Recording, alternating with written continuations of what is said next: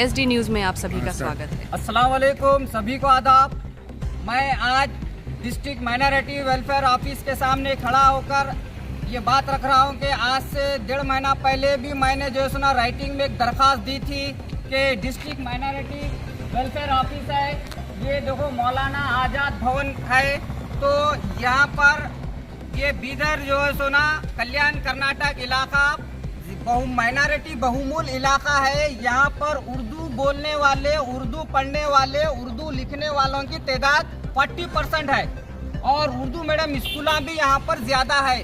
तो मैंने ये दरख्वास्त दिया था कि यहाँ पर 60% कन्नड़ा लैंग्वेज रहने दो। हमको कन्नड़ा से मोहब्बत है, कन्नड़ा हमारे राज्य की लैंग्वेज है, हमको कन्नड़ा से बहुत प्यार है।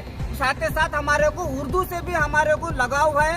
उर्दू हमारी मादरी ज़बान है, मदर टंग है हमारी मुसलमानों की, और उर्दू मुसलमानों की नहीं, उर्दू भारत की लैंग्वेज है। तो 60% कन्नड़ा है, 40% इंग्लिश में लिखी। मैं बोल रहा हूँ जो 40% जो इंग्लिश में लिखी उसमें से 20% उर्दू को जगह दो, एक 20% तो भी उर्दू को जगह दो। उर्दू में नाम लिखो बोर्ड के ऊपर। क्यों हमारे साथ नाइंसाफी, जबकि सुप्रीम कोर्ट का जजमेंट है। 40% के अंदर 60% कन्नड़ा रहना, 40% जो जगह है 40% में डिपेंड अपन पॉपुलेशन। जिस जगह का पॉपुलेशन जो लैंग्वेज ज्यादा बोलता है 40% में उनको जगह देना। मगर ये यहाँ के डिस्ट्रिक्ट माइनॉरिटी ऑफिसर बलीराम साहब से 2 महीने से मेरी रिक्वेस्ट चल रही है कि साहब इसको लिखो उर्दू में। बोले तो मेरे पास आर्डर नहीं है, मेरे पास कानून नहीं है, मैं नहीं लिख सकता। तो भाई ठीक है, तुम मेरे को राइटिंग में दियो, तुम नहीं लिख सकते तो तुम नहीं लिख सकते बोलकर राइटिंग में दियो। हमको कन्नड़ा से मोहब्बत है, 60% कन्नड़ा रहने दे, हमें बड़ी खुशी है, मगर हमारी उर्दू को एक 20% जगह दियो। क्यों हमारे साथ तुम नाइंसाफी कर रहे? मैं उर्दू के चाहने वालों से गुजारिश करता हूँ कि बात याद रखो।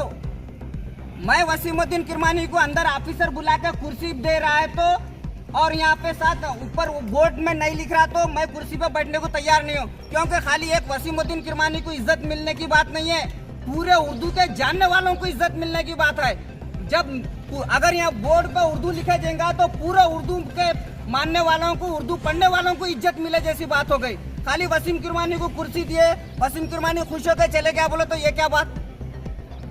मेरे अकेले को इंसाफ न होना, उर्दू के पढ़ने वाले, बोलने वाले तमाम लोगों को इंसाफ मिलता है जब अगर 20% उर्दू में वहाँ पे लिखा गया। मौलाना आजाद भवन इतना बड़ा लिखे वाला, उसके नीचे थोड़ा सा उर्दू में लिखने में क्या तकलीफ है? अगर ये उर्दू में नहीं लिखा जाता तो उसके बाद आपका क्या एक्शन होगा? कानूनी कार्रवाई करूंगा मैं पूरी। जैसा मैं लेटर दिया हूँ वो लेटर का मेरे को रिप्लाई आना, वो रिप्लाई जब आएगा वो रिप्लाई को लेकर मैं कानूनी ऑर्डर क्या है क्या नहीं उनको बताऊंगा। उसके बाद जो सुना अगर कानून में नहीं है बोल के बोले, अगर राइटिंग में नहीं है कानून में, तो हम जो सुना जमहूरी अंदाज में डॉक्टर भीमराव साहब, बाबा साहब अम्बेडकर ने जो संविधान बनाया है उसमें जो सुना गुंजाइश ढूंढेंगे। हम वो संविधान के दायरे में रहकर ऐवान असेंबली के अंदर जो सुना बात रखने को लगाएंगे। हम धरना देंगे, प्रोटेस्ट करेंगे, अपने हक और अधिकार की लड़ाई लड़ेंगे। असेंबली जो सुना जहाँ पर कानून बनते हैं, हमारे MLA को जो सुना हम मुतवज्जो कराएंगे, MLA को दबाव डालेंगे।